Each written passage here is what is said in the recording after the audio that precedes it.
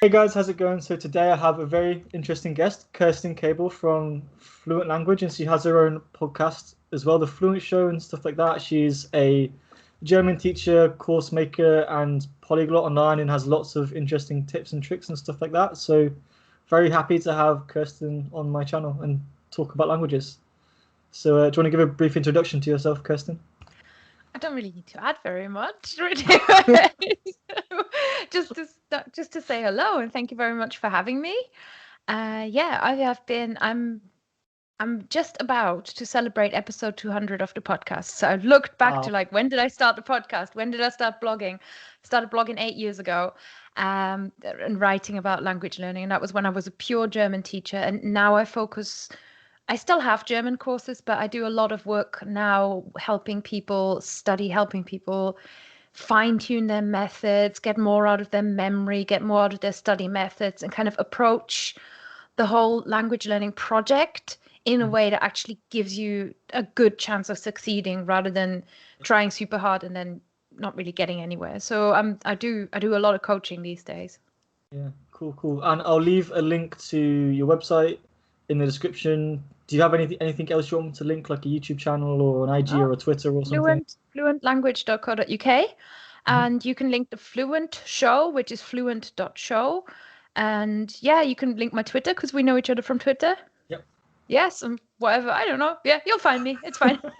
If you put my name, if anybody searches my name, I think it's pretty unique. So it's findable as long as you spell it right. Cool. So I'll leave everything in the description if anyone doesn't know Kirsten already and wants to check out her stuff. So I guess one of the reasons I wanted to talk to Kirsten, apart from just I like talking to language learners and making these videos, is that she's got a lot of experience learning some different languages like Welsh and things like that. So that's quite interesting. I'm wondering. So I'm British, obviously, and I've lived in the UK for a while, and I've never met anyone that's learning Welsh, apart from maybe a few people that are like heritage speakers and kind of really proud and stuff like that. So I'm kind of curious what got you into Welsh. And I should also say, like, English isn't her native language, in case anyone can't tell. She's actually from Germany originally, so she's obviously learned English to quite a high level first, and then moved on to Welsh after. So I'm curious what got you interested in Welsh. Yeah, well, there was some in between as well, I've got to say. Like, it's weird, isn't it? Because English is my first foreign language ever, like informal study. And then I'm also very high level in French, which was kind of school made me. And then I kept it at university, and now I feel like this was so much work. I'm not like compromising because it's such a hassle learning French. And I've got a lot of basic other languages, but yeah, I'm advanced level Welsh learner. I've been learning Welsh for 5 years, and what got me into it, it's difficult to answer because I have no need to learn Welsh in my life at all. I was living in Lancaster at the time, and I had a little bit of contact with Wales because my husband's parents used to live in North Wales. But by the time I started learning the language, they'd already moved. But every time we visited, I saw like the road signs bilingual, and the kind of, place names are all bilingual, and the signage is bilingual, and it really is intriguing when you're there and everything's bilingual, and you feel like you're like in a special part of the UK. And I really enjoyed that. And then we went on holiday to Pembrokeshire, my partner and I. And in the car, I had this like Learn Welsh podcast. So we're driving along going, Boreda, Nosweda, doing all the greetings. And just something about it really, I really got me going. It was so much fun. It was so enjoyable because Welsh, the sounds just work for me, like the words look cool, the sounds are cool, it's Celtic, it's like mythical, it's beautiful, and I just never run out of interest. I'm not the kind of person, I think once I commit to something, I keep going quite a while. Yeah, but with Welsh, it's amazing. This is the year, first time I've ever taken a formal course in Welsh, because you can't get them where I live, but we're on COVID, so everything's online, so I can actually get one. It's actually a great opportunity for yourself then. Weirdly, yeah. and they're only like they're £90 for the 20-week course. They're really heavily subsidized. You can go, and I've previously done a 2-day course for a tenner. They're very affordable. That's really cheap. Yeah, it's really cheap for a language course, like a organized formal. And I signed up for advanced, thinking, oh, I don't know. Okay, let's try. Why not? What's the worst case scenario? I don't understand anything.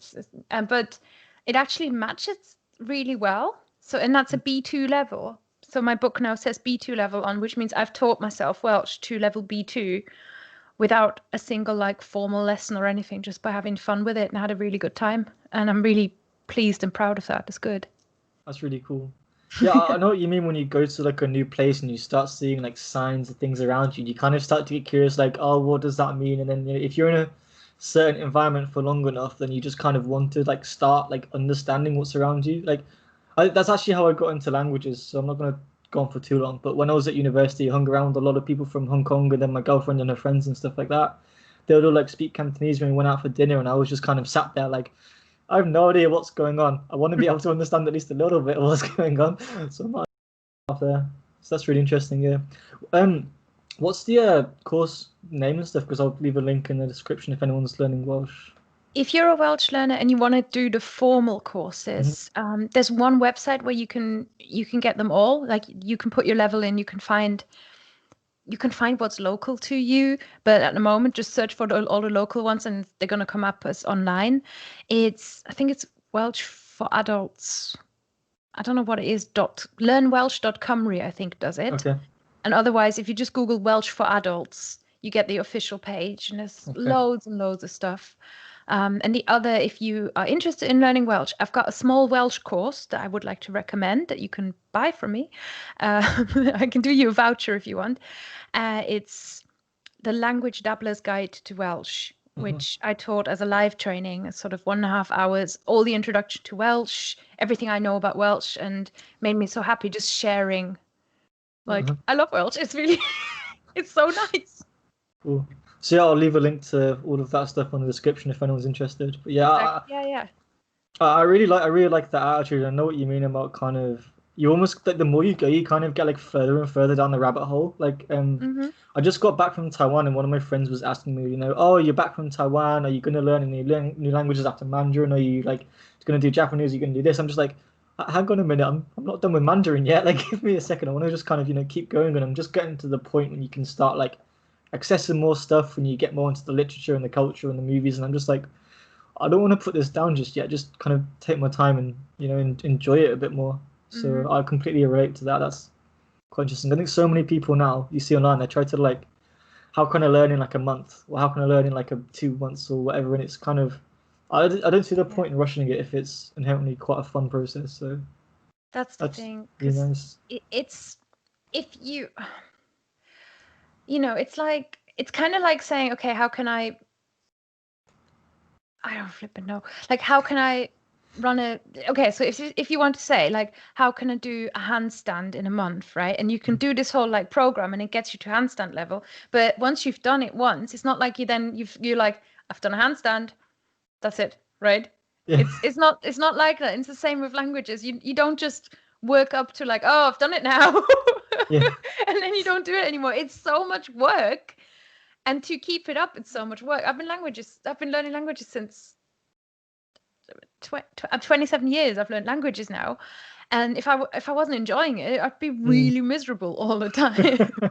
So yeah, Yeah. don't do it in a miserable way. Yeah, I think loads of people think it's almost like it's like a light switch. It's like when you're learning a language, you're either fluent or you're not. But there's just like this massive gray area, and it's kind of like it's not just like I wake up one day and like, oh, I've completed it, no more lefts. No. Yeah, Yeah, so it's it's learning, right? Learning is a process. Learning is not a moment. yeah. So when you first started getting on with Welsh, and what did your learning process kind of look like? How did you start? So you mentioned I think you had some like audio course you were talking about earlier when you first started, and you were like going along with some of the introduction vocabulary. Say something in Welsh Uh-huh. is remarkable. Like if you're serious about learning Welsh or you want to speak it quite quickly, say something in Welsh is built. roughly in a similar way to something like Michelle Thomas, but it's faster and a little bit more demanding than Michelle Thomas. So that's great. It's not too hard. It's just a good challenge. And it's sort of a little bit like the Pimsleur courses that if you're American and you're watching it, then Pimsleur you'll be familiar with. So Say Something in Welsh is wonderful. I've really enjoyed it right from the start. I did that. I did a course that the BBC has for free called the Big Welsh Challenge, but it's quite old and it's from the old BBC website where it was all on Flash. So these days, if you go to it, I think you have to. It doesn't work in every browser anymore. It's just, it's old BBC page. And I did those two, and I think that was good for me for a year, more or less. Then I started listening to Welsh music, and I'm into like indie rock and that kind of thing. And Lindsay, my friend, she always says like, "Oh, you're into like angsty boy music and angsty indie boy music," and it's true, I am. So the Welsh music scene is full of like, indie boy music that I enjoy, and there's just good music. And then you get the lyrics, and So I guess that was kind of like your after that. exposure. I guess songs was like your exposure to kind of like your first step into like native content out from like the courses. Yeah, and watching S4C. So S4C? S4C is the Welsh. It's the Welsh language channel. If you're in Britain, you can get it on iPlayer. If you like have a look on iPlayer, you'll see S4C, and they have these amazing reality shows, like little sort of relatively small budget reality shows where it's like, we give you £5,000 and you've got to organize your wedding on £5,000. And they're quite formulaic. I really like reality TV. Like I even watch reality in Mandarin. Completely can't understand a thing. I'm useless at Mandarin, but still, it'll get better. But I like it because in reality shows, you always know what they're trying to do, so you can kind of and you get the kind of like guess a lot from context. Yeah, exactly. Like you can't get too lost because it's pretty obvious what's happening. Yeah. And do they have like Welsh subtitles for them, or is it just English subtitles? This is a bit weird. You can't really get the Welsh subtitles on iPlayer, but S4C has its own app where sometimes you can get Welsh subtitles, but you can always get English subtitles.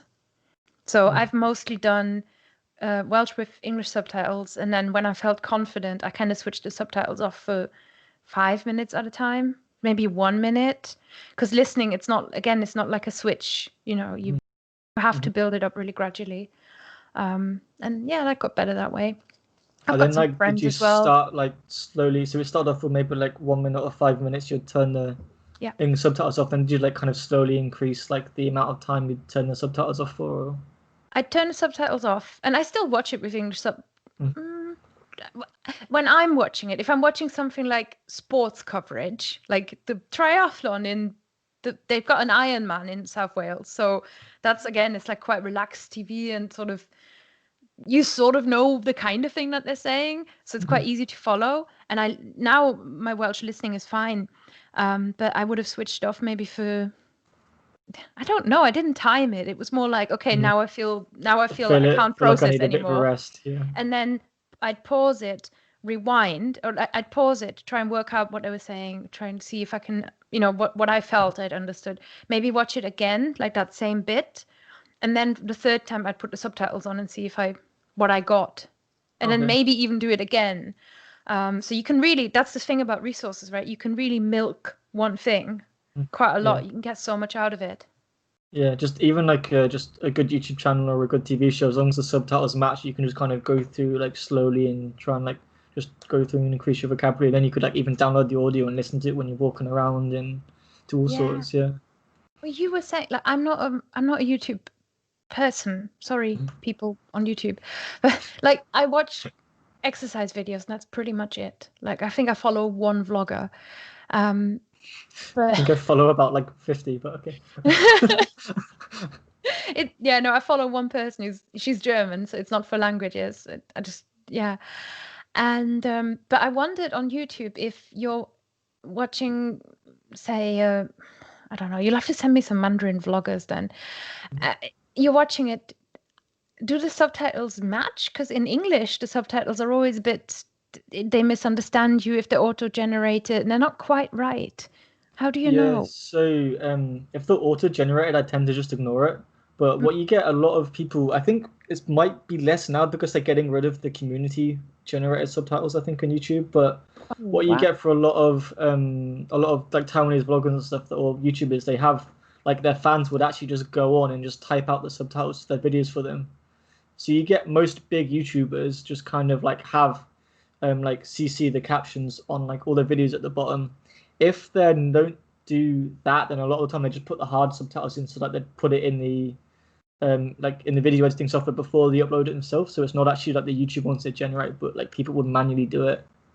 Um, and I think especially for Mandarin Chinese compared to like most languages out there for historical reasons, just like the Chinese community are really used to just reading and listening at the same time, and they're like there's done loads of show like studies and stuff where like if you have a YouTuber that doesn't upload subtitles, then their viewings would drop by quite a bit Mm-hmm. because like some people I guess they get used to it or they they can like turn off the sound and they can just sit in a restaurant and eat while looking at the subtitles or like loads of reasons like that I guess. So for Yeah. Chinese most of them match up pretty well, and for like if it's in the CC one, you can mix it up with a pop-up dictionary, so you can just kind of like hover your mouse above the subtitles and it can tell you what the English word means.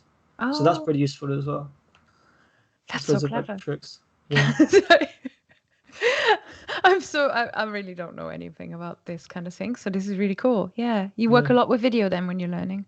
Yeah, I used to import them a lot into Link and stuff like that. But when I Mm. first started, I do a lot of like dissecting very short videos and just going over it many, many times. But kind of like when I get better, I just try to just make my Mandarin English or just kind of like try and consume as much content as I can. So like lately I was just watching a drama on Netflix, for example, and I've in the past 2 weeks I think I've watched like 48 or 49 episodes and I've almost finished it, and then I've been like doing a lot of reading as well.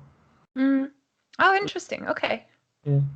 But I've actually done a video on how to like work the Chinese subtitles in YouTube and some channel recommendations, so I can send it to you if you're interested after our Yeah, I'll discuss. have a look. I'll have a look. Yeah. Might start using YouTube for languages. That'll be the day. It'll be good. Cool, cool. So actually, when I invited you, I was gonna wanted to talk a little bit about limited resources, but actually, it sounds like there's quite a lot for Welsh, which I was not expecting. So that's really good to know. But I'm wondering if you've ever actually created your own resources. I know you worked with Ollie on German Uncovered, but I more mean like for your own learning purposes. So, for example, what I've done in the past when I was in Taiwan, I was going to participate in like vegan outreach for animal rights, and I didn't really know a lot of like words to do with like animal rights and how they're treated and stuff. I was missing a lot of words for that. So I just find videos of people talking about it online, and the ones that didn't have subtitles, which is well, none of them had subtitles. I just went on Fiverr.com and paid people to like transcribe the videos for me, so Hmm. I can just like read through and like read to the videos to like pick up the words that way. So I was wondering if you ever have tried experimenting with anything like that. I'll a lot of I think okay, so this is just in case I didn't already sound 1,000 years old, I will now, because a lot of my language learning methods Hmm. are I think I got my first start with languages pre-internet, or Hmm. like at least we weren't also, certainly pre-smartphone, and I think mostly I didn't have it was like dial-up days, Hmm. and I didn't really sorry. But I didn't really I'm um wondering if I should explain what dial-up internet is for people that are really young, but it's when you're not anyway, always connected and it's not wireless and you have to like it's make a big sure pain in the you're at the ass. one computer in your family, and you have to have the computer connected to the modem. Your Mhm. computer obviously isn't a laptop because laptops cost 9 grand. So you and they weigh like a ton. So you're on like your parents' computer, and while you are on the internet, no one can phone the house. So if your Mm. parents miss a call and they find out later, you're in trouble. So that's when I was like 17, it was like that. But It's but gotten a little bit better now. what that's given me, I think, is I work an awful lot with pen and paper, and I work an awful lot with like I do create my own resources, but also I work with books and that kind of thing. And I don't I don't, you were earlier saying about people jumping around between input. I don't really jump around between input quite that much. Like even with apps, I've got a few, but they're kind of not where I base my stuff on. So with what you were saying, where you need, if you need vocab, if you need your own vocab, something that you can do that is quite good because it comes from inside of you, like is if you, instead of, I think what you did is really, really cool, by the way. Like this is just a different way of doing it. If you're 100 years old like me, what you can, I have to stop joking about this. What you can do is kind of start from inside of you and basically think about what you would want to say in English, and then work from what you want to say in English, so that you're writing yourself a list, or you're doing like a little mind map of all the words related to veganism, for example.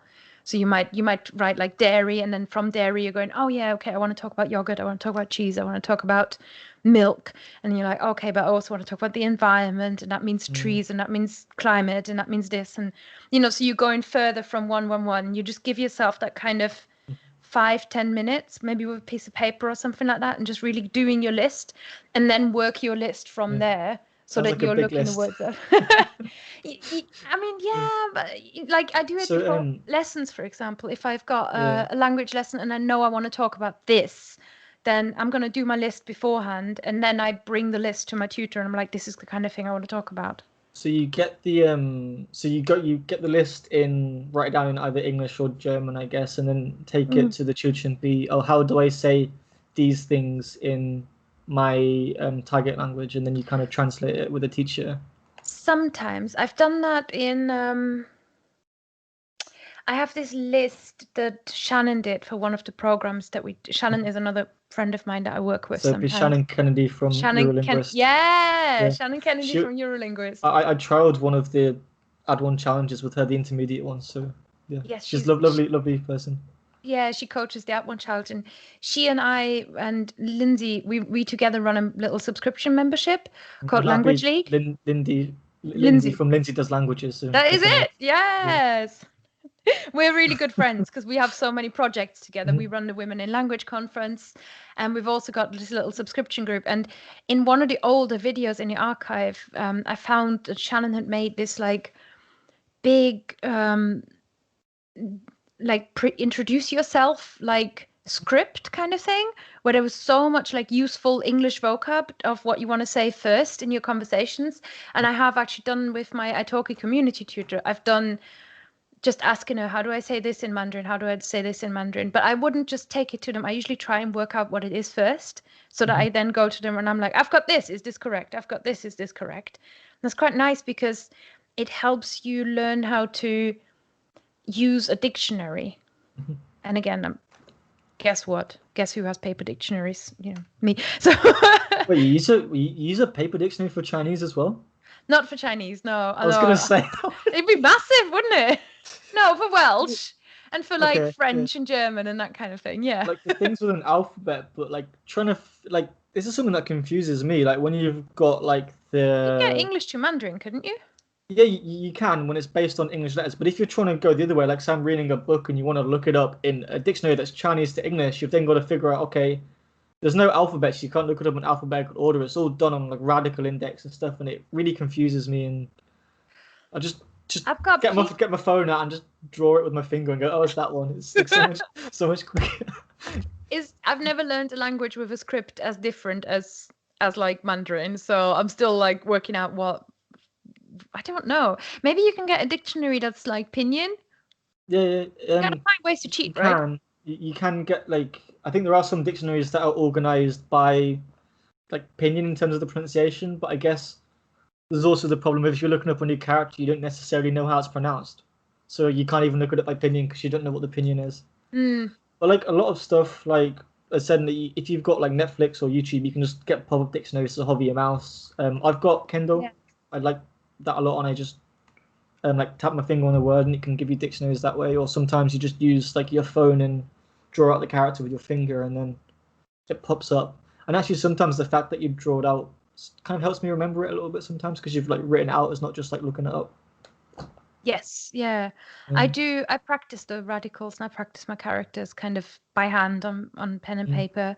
But this is the difference, isn't it, between, I think if you want to just look up what something means, that's not going to necessarily go in your memory as much. But if you've got the English word and you want to know how to say something, then I would look it up and I would kind of really work on that, because I always feel like, well, first of all, you need to practice your output, and practicing your Yeah. output is what is actually going to get you speaking. So if you just work with an awful lot of input, your speaking is going to suffer, and you're also going to be more awkward in speaking situations because you just haven't had that practice of messing it up, to be honest. Whereas what you can do is if you just work from what you want to do, then it's weird, but like neurologically, you're building a better pathway as well between what you're trying to say and then what it actually is. That process of struggling and like really struggling to recall stuff and eventually recalling it kind of strengthens the neural pathways in your brain. So the next time you go to recall something, it's slightly less hard, and the time after that, it's slightly less hard. So I've actually, when I was learning Cantonese before, I tried something similar. Like I didn't use it with a pen and paper, but I typed out on my computer on like Google Docs or something. Typed out a list of words in English, and then kind of like got my friend or one of my teachers to like translate it into Cantonese, and then I'd try talking about this topic, and I just kind of have it up in my laptop as like a cheat sheet. So if I was like, oh, how do I say this? I forgot. I like tab onto my cheat sheet and have a look, and then try and say it. Yeah. And then also there's loads of words that I forgot to translate. So I'd be like, oh, how do you say this? And try to like struggle through that way. So that's quite useful as well. So in addition to getting them to translate it for you, or like, you know, like getting someone on Fiverr to do it, you can actually go through the translation process with your teacher, and you get more neural strengthening again out of it. Yeah. I think it's really interesting as well how you talked about doing stuff with like pen and paper, and like you might call it old school and make loads of jokes, but I think there's a lot of like value behind it, because there's I'm reading a book at the moment called Atomic Habits, and I think James Clear. Yeah, it's really interesting. I'm reading it on Kindle in Chinese at the moment, and he says a lot of stuff like there's loads of like what's it called, hints or like distractions around you, and like if you can, and they're basically what leads to creation of bad habits. So like if I'm, say for example, reading on my phone on something like the Link app, and I have my internet turned on, and I'm getting texts through and WhatsApps and lines and IG messages and whatnot, you're probably going to spend a very little amount of time, you know, actually doing reading. Whereas if you flush my phone down the toilet or throw it out the window or whatever, and then sit down with just a book. Or you could just have it in a different room. You know, that would work as well. And I normally put it in flight mode actually when I'm going through, and just put it like over there out of reach or whatever. Yeah. And then you can actually read through with like a paperback book and just go through and spend your time that way. I think there's actually a lot of benefit too. I find it easier to concentrate. So I actually have some paperback books back there, which I got into fairly recently, and I've actually been quite enjoying that as well. Yeah. So I definitely relate to that. I love having a paper book. I will like, and it's not just like, it's the place that you're in as well. One of the reasons I don't really do language YouTube is partly because this is my setup here is where I work. So this is where I check my email, it's where I build my courses, it's where I work with clients, it's where I do all my consultations, it's where I work, it's my workspace. And I find it really difficult to switch into language mode on this workspace. And my husband recently has started working from home. So this, COVID. Yeah, I've always worked from home, but he hadn't before. So he has his iMac, and he's had to go from using his iMac for like gaming and I don't know, doing the shopping and like little bit of utilities and stuff. And he's a programmer, so he does all of his like, I don't know what, like hobby coding kind of a thing. Like he does, like he's built his own online forum, and so he's like very clever. I don't understand how any of it works, but like all of his like leisure coding, right, was all on one machine. But now that is his work machine. And he was saying, like, I kind of find myself, I don't want to really go. I don't really want to be in that same space and do it. And this is the same with languages. So one of the reasons, like, I love this room is because you can see there, I've got like a space, and I don't work back there. I don't like take the laptop. I don't take the iPad. I don't do anything. But it's a really great space to study. And also, like, again, pre-COVID now, but I'm going to do this again very soon. Like, I would always take the printed books into the cafe with me, or you could take your Kindle or whatever, like your iPad.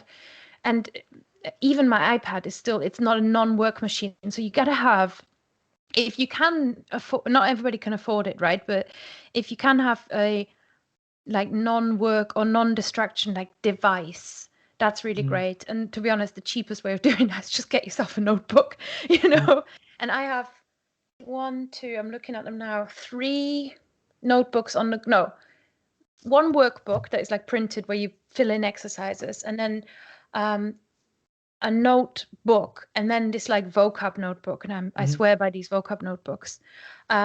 I have those for Chinese, and I think I've got 2 or 3 on the go for Welsh as well. Cool. I just find it so, I don't know, I find it really calming. I find it really like nice and zen and relaxing, and it puts you in a really happy space for your languages, and it's good for your brain. So it's really true. Yeah, I've got quite a few things I want to say after that. I guess I'm just trying to remember all of them. I guess the first one for talking about like switching around with different rooms and stuff and having like a space for this, a space for that. I guess they talk about it again in Atomic Habits, and I'm actually, for anyone who's watching, I'd really recommend it. I'm quite enjoying reading that at the moment. But like I've come back from work. I've come back after a year off and going back into work as well now, which is hard enough as it is. I'm trying to get back into like trying to concentrate and actually get going and not get distracted and actually like sit down what you set off to do. And as well, like if I just sat down like in the space I am now, which is where I normally watch TV, and just tried to work, I'd get distracted. So I kind of set up a separate table downstairs and like own chair and put my personal phone miles away from me. So like really try and like reduce as much like external distractions as I possibly can, because I've got really bad willpower. Like if there's something there to distract me, it will distract me and I won't do what I'm supposed to do. So it's kind of like trying to do like the prep work to create the environment to make it as easy as it is to do the thing you need to do, and as hard as possible to do the thing that you should not do. And I think that's really helpful. And then I guess the thing I wanted to say after that is I'm curious about what you actually do with your notebook. So I've never actually I've wrote down stuff before, and then it kind of sometimes I've just ended up with lists that I've never done. I've tried post-it notes once as well. I just started sticking them on everything with like translations of words for what my target language is. That works better, I think. But I'm curious how you actually take notes. Like I've heard people do gold list and stuff. I don't know if that's the thing that you do. I don't. No, I mean, hang on. I'll get the notebook. I can show you.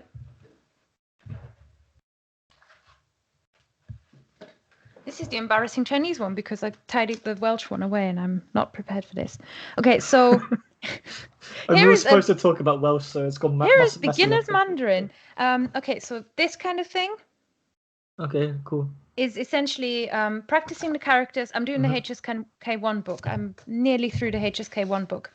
And the other thing is then me pinyin writing sentences out that stood out to me. And this is on review, right? So this is as I go over the book again, previous lessons. So I sat down and I started at lesson 1 and just went through it and wrote down the sentences where I thought, oh, this one's useful, and I wouldn't know how to say it. Sometimes I'll do stuff like this.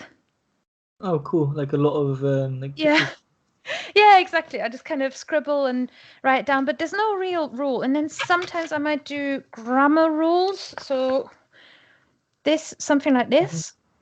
Okay, yeah. Yeah. I'm not really pushing myself to learn the characters at all. So everything I put down is mostly pinyin.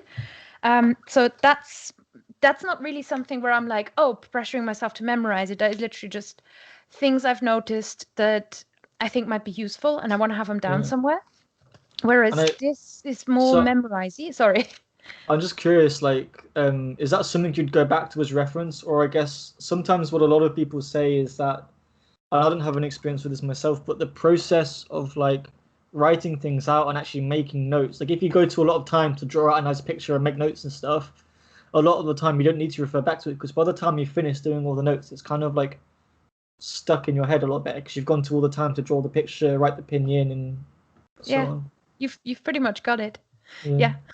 It's language. Well, memory is built by exposure and repetition. So when you've got something that is just a verb list, you are going to have to go over it again. And it's not really a surprise, because when people do Anki, it's not like Anki shows you a word once. Even if you say I'm perfectly, like my recall is 100%, it'll still throw that word at you again and again and again and again.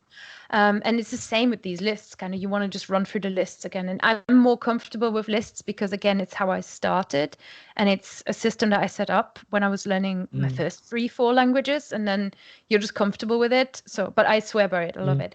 Whereas with things like grammar rules, for example, I find making my own notes, handwriting my own notes. Handwriting is there's studies that prove it's both better in ways of, or like, it's hard to say better, right? But generally, you're more likely to remember it, and more effective in terms of assimilating that knowledge, right? So really understanding what people are actually saying. So if you're typing the notes and someone's explaining something to you, you are more likely to type word by word what you're hearing without really having it go in and it really registering. Whereas if you're handwriting your notes or you're taking your notes later, it's gone in, and then you've put it back out in your own words. So my notes kind of like, you don't have time to write down word for words. You have to kind of like think. Yeah, and you shouldn't. Distill it down you into really some shouldn't. concentrated form of what's the essence of what they're saying, and just write down that. Yeah. And that process is so beneficial for learning.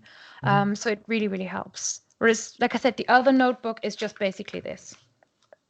That's just like lists of words. Yeah.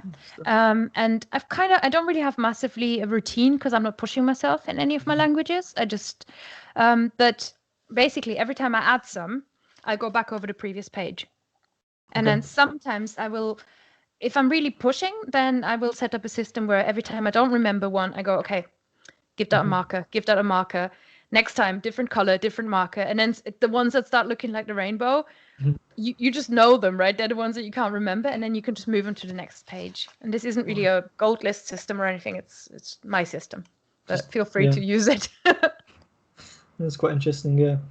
I guess it's quite nice that you just kind of don't really have any sort of like routine to like force yourself into do certain things, because there are some people that kind of, they try to set up a routine and they try to force them to do the thing that's good for them, and then, like, you know, a few months down the line, their routine's falling apart, they hate it, and they've kind of given up. So I think this kind of approach is kind of really sustainable in the long run, because you're just kind of like doing what you want to do. Yeah. So that's really nice. I've got a long-term perspective here, which is that if I go 2 weeks without doing anything, it's fine. It's fine because I'm in it for the long haul anyway. Yeah, and it's going to take a long time whether you try to rush it or not. Yeah. And I'm just amazed with Welsh. Like, I want to say this again, like, I really didn't rush myself. I never pushed for 5 years. I just kind of did whatever I thought was fun. And I'm still B2, which I know people who push really hard and they can't get to B1, and they come to me because they're like, I've been trying for 5 years, I can't speak French. And I'm like, there's something here about just doing it in a way that you feel is right for you, and not feeling like you have to be like the slipping over performance dojo master. It's just not a thing. You don't have to. You really don't have to. You can just, chill with it. That's more and more. That's really what I want to help people with. And I know people who are super chilled and they do 5 hours a day, but that's their version of chilled. Yeah, I mean, I might be one of them. I mean, it's more of like 5 hours a day. It's more just like watching in Netflix, just do it in the language.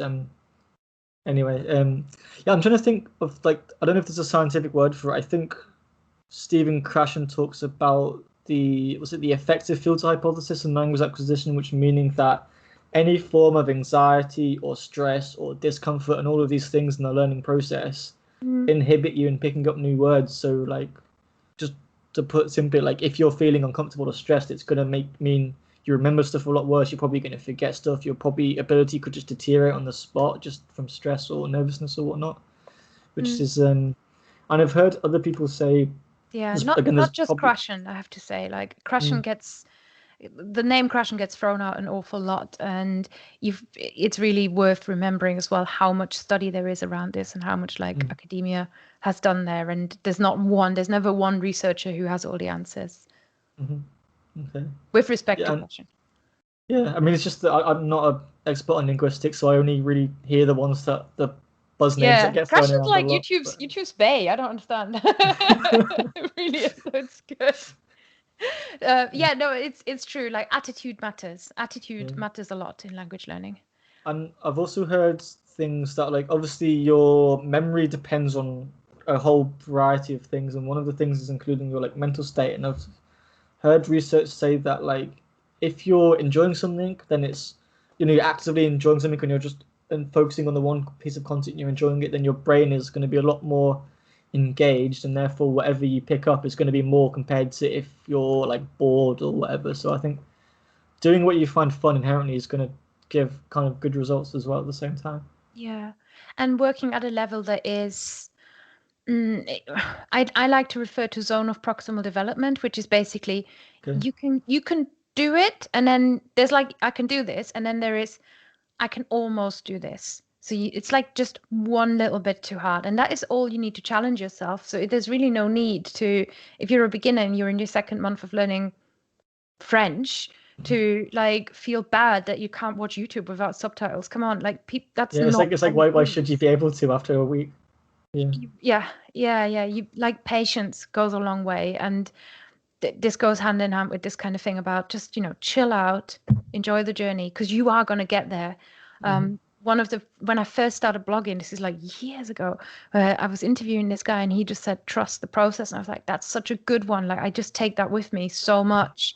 Trust the process and don't worry about getting fluent, just worry about getting a bit better. Yeah. So when I work with people, that's always how I teach it. Cool. That's yeah, really good advice. I couldn't It's stress it good. enough as well for anyone. Like there's no need. But I think like when coming from trying to remember back like a few years ago when before I got into language learning, I think there's always the risk that when you say these things, they're gonna fall on deaf ears because at least before I've got a bit more experience and I'm a bit more relaxed with it. But when I first started, I was trying to like I was like that person. I wanted it now. I wanted it today. I wanted to like understand TV. Like, I've already put in X amount of time. Why am I still so bad at this and stuff? And I was, there's lots of frustrations of always trying to why am I learning so slow? I want to learn faster and better and whatnot. And I think it's very easy to get wrapped up in that like mentality and like there's no need. I think you actually learn like, but I think now I've got more relaxed with it. I think I actually learn faster as well inherently Mm. as in the process. So yeah, I completely agree. And hope that everyone listening can kind of like take it on board as well. I think that's really good advice. Yeah, and you've totally got time, right? You've got so much time to do this. And how Yeah, much would it suck if you could just get it really quickly and then you'd have nothing else to aim for? What's the point of that? yeah. Well, I was actually reading. I think it was in Atomic Habits again. I was talking about the and what's it called? The endorphins? No, dopamine. Dopamine releases in your brain when you're doing certain activities, and a lot of the time, the dopamine released in your brain to do with like being excited about something and expecting something is actually the same, if not more, than when you actually obtain the end result. Hmm. So a lot of the joy is in the process, and yeah, there's no need to rush it. Yeah. And something I often say to people who think I need to wait until I'm like this level or I need to wait until I'm this good before I can have a conversation, before I can do this. Like whatever it is you want to do, there's always I need to get like this good before I can do it.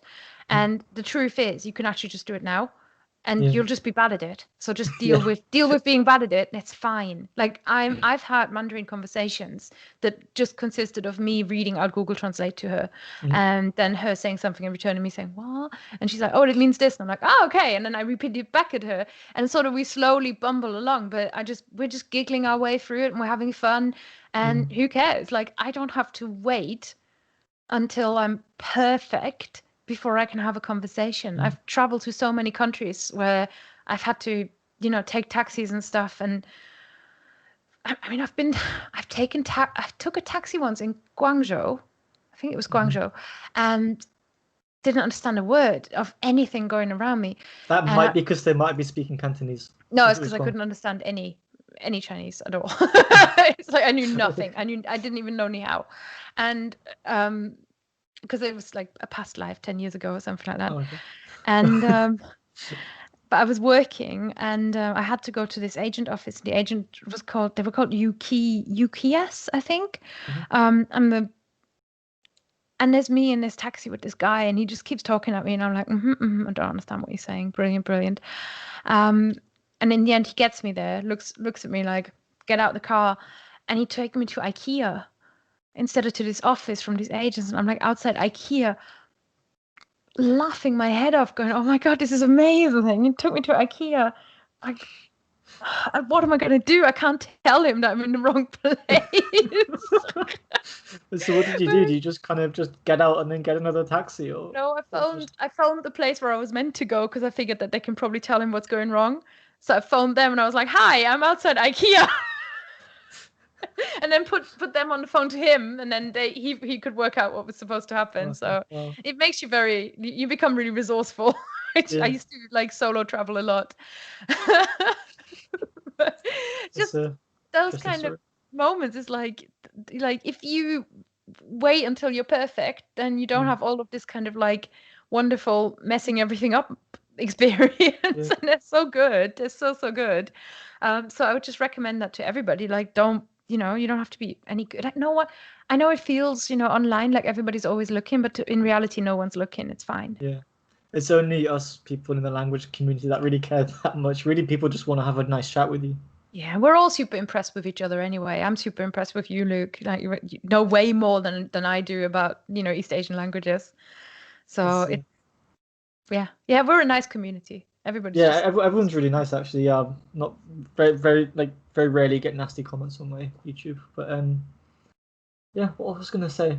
Oh yeah, I think it's two things I wanted to say. I think the first thing is that like even like if it's a language that you like, if you take Japanese with me for example, I don't speak Japanese. I don't pretend to speak Japanese. I hung around with a few Japanese people, so I picked up like a handful of phrases and probably pronounced them very badly. But like when I went to Japan, even just saying like the equivalent of "nice to meet you," then people like I don't know, people are really happy about it, and at least it's like shows that like little bit of like respect and stuff to the culture. So I think like I'm not. I think some of like the nice benefits you can get from speaking a language, you don't have to wait till like the C2 level. You can just say it now and get like a pleasant reaction from it. So that's the first thing. What was the second thing? Oh, embarrassing mistakes. Yeah, when I when I was learning Cantonese and I first started learning, I'd always mess up like one of two things. Like one was the tones I'd get wrong sometimes, and another thing was they have long and short vowels. So like if you mm, say ah or ah, then it can change the word meaning. mm-hmm. And I'd kind of get that wrong, try to say something and end up saying something ridiculously embarrassing, like accidentally swear at someone or like, say something really inappropriate at the time. And then most of the time it's with my friend or like a tutor or something, and they kind of look at me funny, have a bit of a laugh about it. But then once I've had that experience, I never make the same mistake again. It's like ingrained in my head, like the difference between those two words because I have an embarrassing experience with it. So I think that helps memory as well. Yeah. You want to, yeah, you want emotional association. You basically want to make everything that you want to remember as rich as possible. So again, this sort of not pushing yourself effect. Something that I teach people when I'm teaching vocabulary learning is that the most important stuff is going to come back automatically. So all Mhm. those things that you think you must know these words, if they're really important, then you're going to forget them again and you're going to need them again until you don't forget them anymore. And the language will teach it to you, right? That you got to trust the language to teach itself to you because it does. Yeah, 100%. I know people that are, I mean, you mentioned Anki earlier. I know people that are very Anki orientated, and I haven't used it for about 6 or 7 months now, and I've been progressing. Like, I think I'm started progressing faster than when I stopped using it. Because you know what, and people grind, they get like a deck with like the 1,000 most common words. I think It's I don't need to grind the 1,000 most common words because they're the 1,000 most common words, so I'm gonna see them if I do an Anki deck or not. That's exactly it. Yeah. Yeah. It's not how I learn. I've never and I get that a lot. I get a lot of people like with frequency lists and I mean if you I want to think. like test your level, fine, if you want to double check that you know what you should know, fine. But I also feel like if you just study that, like honestly, there is more enjoyable ways of getting those words. It's exactly And like you say, like, because they're so frequent. That's the whole yeah, point. yeah, exactly. It's like they're gonna come off either way. Yeah, I but it's also that think, kind of Tim Ferriss, we got to hack everything, we got to do everything 3 times the speed, sort of yeah. less effort I mean, attitude. I guess there might be. I mean, I've never really experimented much with frequency lists, but I can see the argument that it can kind of like prime your brain to like pick these things up. So if you learn, and then it can make your immersion or like listening and reading easier after. That kind of makes sense. But for like beginning stages, for the later stages, I think frequency lists are probably misleading. So like words that would come up for me, that would be important for me, might not be important for someone else. So like I recently one of the words that I learned months and months ago was the word for methane because I said I was talking about the environment and veganism and stuff. But like the average person, why the hell would they need to know the word for methane? Even like some Taiwanese people don't know it. So it's kind of like you gotta really pick about like what's relevant to what's interesting to you. And it's true as hell. Like if I try to talk about my work, I'm gonna guess the word chemical engineer is not gonna be in like the top 1,000 most common words, but I'm gonna say it a lot because it's my job. So there's also that as well, I think. Very true. Mm. Yeah, I'm trying to think if there's anything else. I did want to ask a bit about Welsh, going back to a very long time ago in the conversation, about Welsh literature. Because one thing that I like to do, and one thing that's helped me with my learning at least, is I've tried to make a habit of reading every morning. So whether it's on Kindle or paperback or whatever, I try to read for like 1 hour every day in the morning before work. So I'm wondering if there's any books out there for Welsh.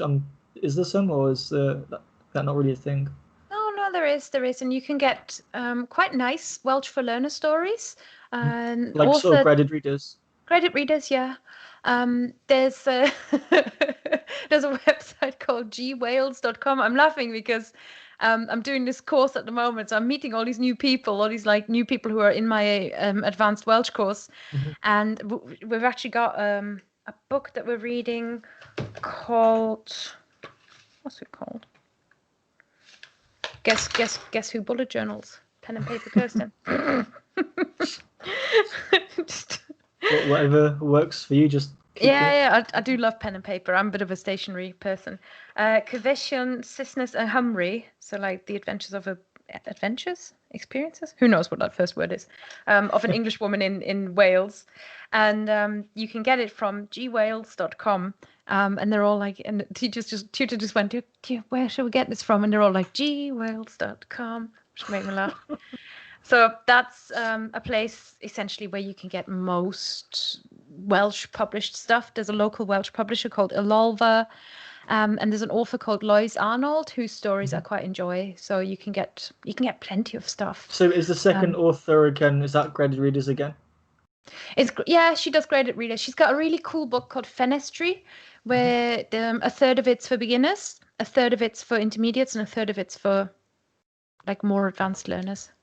So So you're like actually it's the same progressing as you story. read It's the the book. same story, but it like slowly gets harder as it goes through. It's Or short stories and poetry, that one. oh wow, that's Yeah, pretty cool. it's Cool super concept. cool. I really enjoyed it. So yeah, I've read a few of her books, like little sort of I'm a local reporter in a Welsh town kind of stories. But yeah, fun stuff. Mhm. What about like actual like Welsh books made for like natives, like novels and things like that? Is there anything like that out there as well?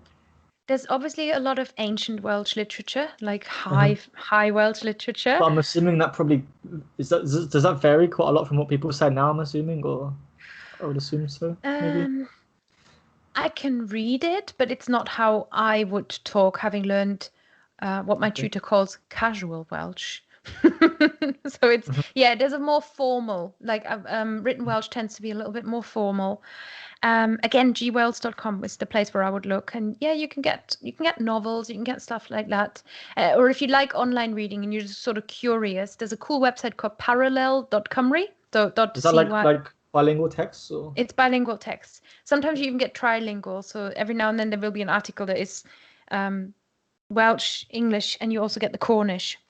Oh wow, that's quite Yeah. interesting So for it's anyone wanting to learn Cornish as well. parallel.cymru, Cymru.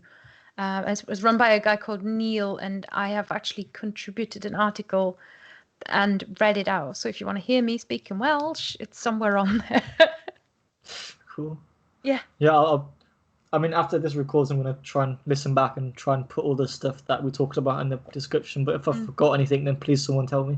Lots of resources. The truth about resources is it's not about trying to get every single thing that you really, really, want to have. It's about giving yourself clarity, reducing what you're working with. It's kind of a bit of a Marie Kondo thing, having one thing that you can follow along, having a few input things, but you really don't need as much as you think you need. Yeah. You really don't.